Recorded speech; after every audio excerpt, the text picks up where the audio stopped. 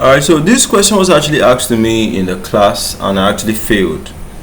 Alright, they asked this question in the class and I failed, so I just said once I get home, this is the first thing I'll be recording about. Okay, so the staff asked that what is the difference between a reproductive tract infection and a sexually transmitted infection? That was a question he asked me. So let's quickly look at everybody here knows what a reproductive tract is. Let's just discuss before we read. Reproductive tract, of course, is both in the males and females. Okay, from the vagina, that's for females, vagina, the uterus, the fallopian tubes, the ovaries, everything. That's a reproductive tract. Do you understand? So a sexually transmitted infection can occur in the reproductive tract. Now, an infection can also occur in the reproductive tract that is not sexually transmitted. Do you understand? Then also for people that practice anal sex and oral sex, you can also have sexually transmitted infections there in those people. Are you getting the difference? So there are so many differences between reproductive tract infection and sexually transmitted.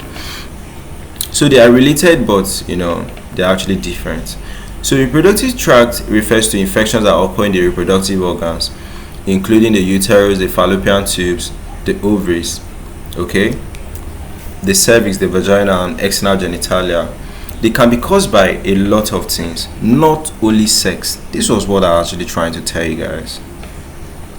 So endogenous infection, sometimes the normal bacteria that live in that place, they might just happen to overgrow. Do you understand? Then sometimes it's iatrogenic, so sometimes because of a surgical procedure, okay, some one or two infections were now put into you, Then sometimes it's caused by sex. Okay, so sexually transmitted infection now, there are infections that are primarily spread through sexual activity. Common microorganisms that can be spread include chlamydia trachomatis, serial gonorrhea, syphilis, HIV virus, genital herpes. So they specifically refer to the mode of transmission, not the site of infection. When you say sexually transmitted infection, you just want to say that, okay, the infection was through sex. We are not even talking about the site.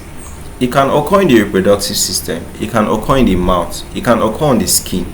For people that have wild sex, they ejaculate on each other. It can occur on the skin, it can occur in the anus for people that practice anal sex. Do you understand? So these are the differences. When they ask you the difference between reproductive tract infection and sexually transmitted infections, this is what we got.